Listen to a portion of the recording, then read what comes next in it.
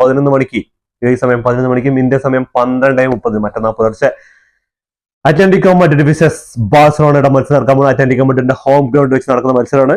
ലാ ലീഗിൽ ഇങ്ങനെ ഫോട്ടോ ഫിനിഷിലേക്ക് പോയിക്കൊണ്ടിരിക്കുന്ന റയൽ മാഡ്രിഡ് ആയിട്ടുള്ള പോയിന്റ് വ്യത്യാസം 4 ബാഴ്സലോണ ഇങ്ങനെ കൊണ്ടുപോയിക്കൊണ്ടിരിക്കുന്ന സമയത്താണ് ഈ ഒരു മത്സരം വരുന്നത്. അപ്പൊ ഈ ഒരു മത്സരം എന്ന് പറഞ്ഞാൽ 4-ാം തീയതി നടക്കാൻ പോകുന്ന മത്സരത്തിന് ശേഷം 2 മത്സരം കൂടി ഒരു 10 ദിവസത്തിനുള്ളിൽ അത്ലറ്റിക്കോ മാഡ്രിഡിനെ നേരിടുന്നുണ്ട് ബാഴ്സലോണയ്ക്ക്. കാരണം എന്താ വെച്ചാൽ ലാ ലീഗിലെ ഒരു മത്സരമാണ് ഇന്ന് രാത്രി നടക്കാൻ പോകുന്നത്. അതേപോലെ തന്നെ ചാമ്പ്യൻസ് ലീഗിൽ എവേയും ഹോം മത്സരങ്ങൾ നടക്കാൻ പോകുന്നുണ്ട്. അത്ലറ്റിക്കോ മാഡ്രിഡ് ആയിട്ടുള്ള മത്സരവും അതേപോലെ തന്നെ ക്യാമ്പ് നൗവിൽ ബാഴ്സലോണയുടെ ഹോം ഗ്രൗണ്ടിൽ വെച്ച് നടക്കുന്ന മത്സരം, അങ്ങനെ 2 മത്സരവും അത്ലറ്റിക്കോ മാഡ്രിഡ് ഹോമിലും ബാഴ്സയുടെ ഹോമിലായിട്ട് നടക്കാൻ പോകുന്നുണ്ട്. നടക്കാൻ പോകുന്ന മറ്റൊരു മത്സരത്തെ കുറിച്ചാണ് നമ്മൾ സംസാരിക്കാൻ പോകുന്നത്. ലാ ലീഗിലെ വമ്പന്മാരായ ബാഴ്സലോണയും അത്ലറ്റിക്കോ മാഡ്രിഡും തമ്മിൽ ഏറ്റുമുട്ടുന്ന അത്ലറ്റിക്കോ മാഡ്രിഡിന്റെ ഹോം ഗ്രൗണ്ടിൽ വെച്ച് നടക്കുന്ന മത്സരത്തിൽ ബാഴ്സലോണ അത്ലറ്റിക്കോ മാഡ്രിഡ് നേരിടാണ്. എന്താ കാരണം എന്ന് പറഞ്ഞാൽ ലാ ലീഗ് ടേബിളിൽ ഭയങ്കര ഫോട്ടോ ഫിനിഷിക്ക് പോയിക്കൊണ്ടിരിക്കുന്ന 4 ലാ ലീഗ് ടേബിളിലേക്ക് വരികയാണെങ്കിൽ ബാഴ്സലോണ റയൽ മാഡ്രിഡ് ആയിട്ടുള്ള പോയിന്റ് വ്യത്യാസം പറഞ്ഞാൽ 4 പോയിന്റ് വ്യത്യാസം മാത്രമേ ഉള്ളൂ. 29 മത്സരങ്ങൾ മാത്രം കംപ്ലീറ്റ് ആയിട്ട് ഇനിയും 9 മത്സരങ്ങൾ ബാക്കിയുണ്ട്. അതിൽ എൽ ക്ലാസിക്കോ വരാനുണ്ട്.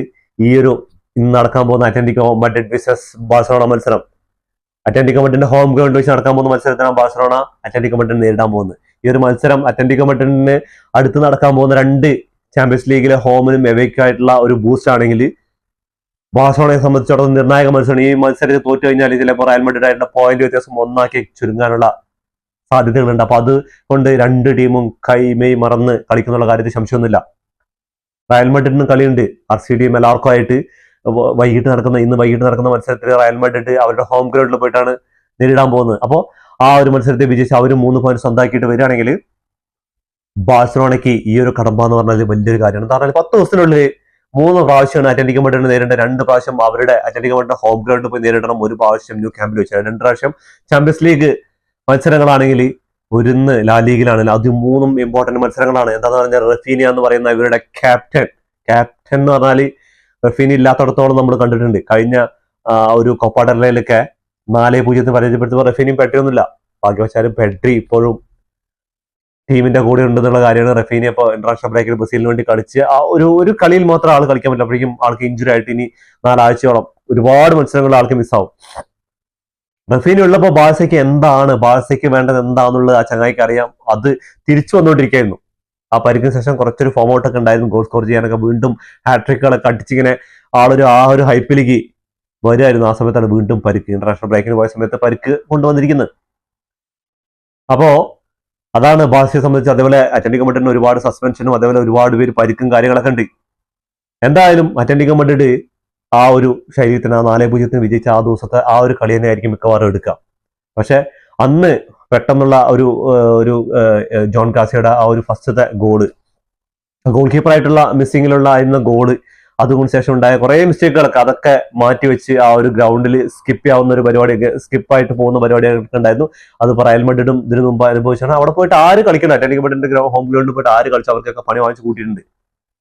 ടോട്ടൻഹാം ഹോട്ട്സ്പർ അവസാന മത്സരത്തിൽ കണ്ടു നമുക്ക് മനസ്സിലാക്കാൻ പറ്റും. അപ്പോ പണ്ടത്തെ ഒരു അത്ലറ്റിക്കോ മാഡ്രിഡ് അല്ല ഇപ്പൊ. പണ്ട് എന്ന് പറഞ്ഞാൽ ഒരു ഗോൾ അടിച്ചിട്ട് അവർ പരമാവധി ഡിഫൻസ് ചെയ്തിട്ട് ഇങ്ങനെ ഇരിക്കും. ഇപ്പൊ ഒരുപാട് ഗോൾ വഴങ്ങലുണ്ട്, തിരിച്ചടിക്കലുണ്ട്. അങ്ങനത്തെ ഒരു അത്ലറ്റിക്കോ മാഡ്രിഡ് ഈ അവസാന സീസണിൽ സിമിയോണിയുടെ എന്താണ് സിമിയോണിയുടെ അവസാന സീസണാണ്. ഈ സീസണിലെങ്കിലും ഇങ്ങനെ ഡിഫൻസ് ചെയ്തിട്ട് ഒരു കാര്യമില്ല, നമുക്ക് പരമാവധി അറ്റാക്ക് ചെയ്തിട്ട് എന്തെങ്കിലുമൊക്കെ നോക്കാന്ന് പറഞ്ഞാൽ അതിനുള്ള ടീമുണ്ട് അവിടെ. ഒരു മിനി അർജന്റീന തന്നെ അവിടെ റെഡി ആയിട്ടുണ്ട്. അത് സിമിയോണി ആയിക്കോട്ടെ, ജൂലിയൻ ആൽവാരസ് ആയിക്കോട്ടെ, അങ്ങനെ ഒരുപാട് താരങ്ങൾ അടങ്ങുന്ന ആ അത്ലറ്റിക്കോ മാഡ്രിഡിനെ പിടിച്ചു കിട്ടാന്ന് പറഞ്ഞാൽ വലിയ പണി തന്നെയാണ്.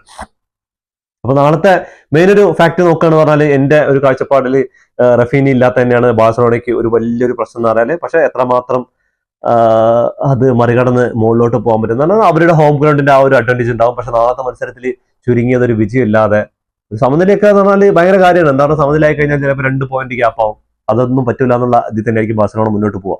അപ്പൊ നാളത്തെ കളിയിൽ നോക്കുകയാണെങ്കിൽ സ്റ്റാർട്ടിംഗ് ലെവൽ നോക്കുകയാണെങ്കിൽ ഗോൾ കീപ്പറായിട്ട് ജോൺ കാസി തന്നെ ആയിരിക്കും.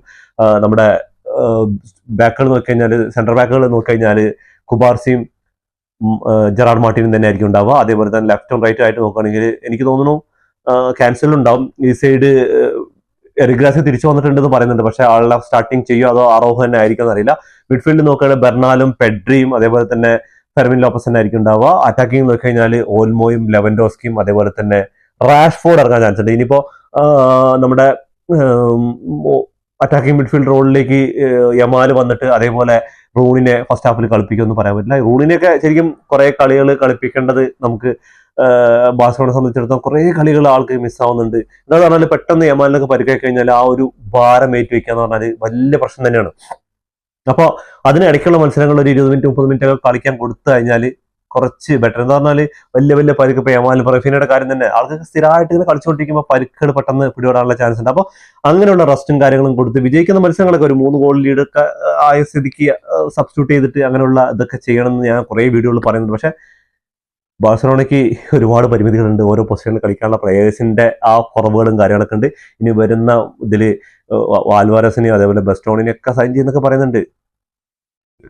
എത്രത്തോളം ഇതൊക്കെ നടക്കുന്നുള്ള കാര്യത്തിൽ അതെല്ലാവർക്കും അറിയാം. ബാഴ്സ ആരാധകർക്ക് എല്ലാവർക്കും അറിയാം അതൊക്കെ എത്രത്തോളം. ചിലപ്പോൾ ബെസ്റ്റോണിനൊന്നും സൈൻ ചെയ്യുമായിരിക്കും, അല്ലാതെ ഊനാൻ ആൽവാരസിന്റെ പിന്നാലെ ഒന്നും പോകുന്നു തോന്നുന്നില്ല. എന്താ പറഞ്ഞാൽ 130 എബോവിൽ കുറഞ്ഞ ഒന്നും അറ്റൻറ്റിക്ക് വേണ്ടിട്ട് നിൽക്കൂല.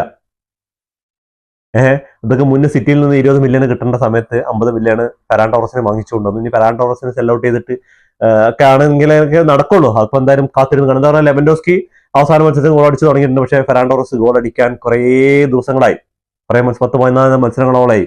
ലാ ലീഗിൽ നല്ല ടോപ്പ് സ്കോറിൽ തുടക്കം തുടങ്ങിയെങ്കിലും പക്ഷെ പിന്നീട് ആൾക്ക് എവിടേക്കോ കാലടറി പോയ സംഭവങ്ങളൊക്കെ ഉണ്ടായിട്ടുണ്ട്. നാളത്തെ മത്സരം എന്ന് പറഞ്ഞാൽ 2 ടീമിനും ചാമ്പ്യൻസ് ലീഗ് 2 മത്സരങ്ങൾ നടക്കാനുണ്ട്, 2 റൗണ്ട് മത്സരങ്ങൾ നടക്കാനുണ്ട്. അതിനുള്ള ഒരു എന്താ പറയാ, ഒരു മുൻകരുതൽ കൂടിയാണ് നാളത്തെ ഒരു മത്സരം. ബാഴ്സലോണയെ സംബന്ധിച്ചിടത്തോളം ഒരു വിജയത്തിൽ കുറഞ്ഞ ഒന്നും അവർ ഉദ്ദേശിക്കുന്നില്ല. എന്താ കാരണം, ഒരു ഗോളിനെങ്കിൽ ഒരു ഗോളിന് അവർക്ക് വിജയിച്ചിരിക്കും. എന്താ പറഞ്ഞാൽ വിലപ്പെട്ട 3 പോയിന്റ് സ്വന്തമാക്കാതെ അവർക്ക് അത്ലറ്റിക് മാഡ്രിഡിന്റെ ഹോം ഗ്രൗണ്ടിൽ നിന്ന് തിരിച്ച് ക്യാമ്പ് നൗവിലേക്ക് വരാൻ കഴിയില്ല എന്നുള്ള കാര്യം. എന്താ പറഞ്ഞാൽ 3 പോയിന്റ് മിസ്സായി കഴിഞ്ഞാൽ ചിലപ്പോൾ ഇനി എൽ ക്ലാസിക്കോയിലൊക്കെ ചിലപ്പോൾ എന്തെങ്കിലും പറ്റിക്കഴിഞ്ഞാൽ ആ ഒരു ലാ ലീഗ് ടൈറ്റിൽ പറഞ്ഞ സാധനം വയലിന് എടുത്ത് കൊടുക്കേണ്ടി വരും. അപ്പൊ അങ്ങനെ ഒരു ഇതില്ലാതിരിക്കാൻ വേണ്ടി നാളെ എന്തായാലും പൊരുതി തന്നെ ആയിരിക്കും. അപ്പൊ ഇത് കഴിഞ്ഞാൽ ദിവസങ്ങൾ മാത്രം ബാക്കിയുള്ള ചാമ്പ്യൻസ് ലീഗിന് അടുത്ത മത്സരം അത്ലറ്റിക് മാഡ്രിഡ് വീണ്ടും വരികയാണ്. അപ്പൊ എന്തായാലും അത്ലറ്റിക് മാഡ്രിഡും ബാഴ്സ ആരാധകർക്ക് നെഞ്ചിടിപ്പ് തന്നെയാണ് ഈ ഒരു 3 മത്സരങ്ങൾ. ചാമ്പ്യൻസ് ലീഗിൽ ആ 2 ലെഗ് മത്സരം, ആദ്യ ലെഗ് മത്സരം ക്യാമ്പ് നൗവിൽ വെച്ച് നടക്കാൻ പോകുന്ന, 2ാം ലെഗ് മത്സരം അത്ലറ്റിക് മാഡ്രിഡിന്റെ ഹോം ഗ്രൗണ്ടിൽ വെച്ച് നടക്കാൻ പോകുന്നത്. അപ്പൊ എന്തായാലും ഈ പാറിയ ചാമ്പ്യൻസ് ലീഗും ലാ ലീഗ് മത്സരങ്ങളും നടക്കാൻ പോകുന്നത്. റയൽ മാഡ്രിഡും തൊട്ട് പുറകിൽ തന്നെ ഉണ്ട്. അപ്പൊ എന്തായിരിക്കും നാളത്തെ മത്സരത്തിൽ അത്ലറ്റിക് മാഡ്രിഡ് വേഴ്സസ് ബാഴ്സലോണ, ആരായിരിക്കും ജയിക്കുക, എത്ര ഗോളെന്ന് നിങ്ങൾ കമന്റ് ബോക്സിൽ കമന്റ് ചെയ്യാൻ മറക്കരുത്. നിങ്ങളുടെ വിലപ്പെട്ട നിർദ്ദേശങ്ങളും അഭിപ്രായങ്ങളും കമന്റ് ബോക്സിൽ കമന്റ് ചെയ്യാൻ മറക്കരുത്. അപ്പോൾ ഇതോടുകൂടി ഈ വീഡിയോ അവസാനിക്കുന്നു. ഫുട്ബോൾ ലോകത്തെ പുതിയ വിശേഷങ്ങളുമായി വീണ്ടും കാണാം. ഈ വീഡിയോ ഇഷ്ടപ്പെട്ടാൽ ലൈക്ക് ചെയ്യുക, ഷെയർ ചെയ്യുക, സബ്സ്ക്രൈബ് ചെയ്യുക.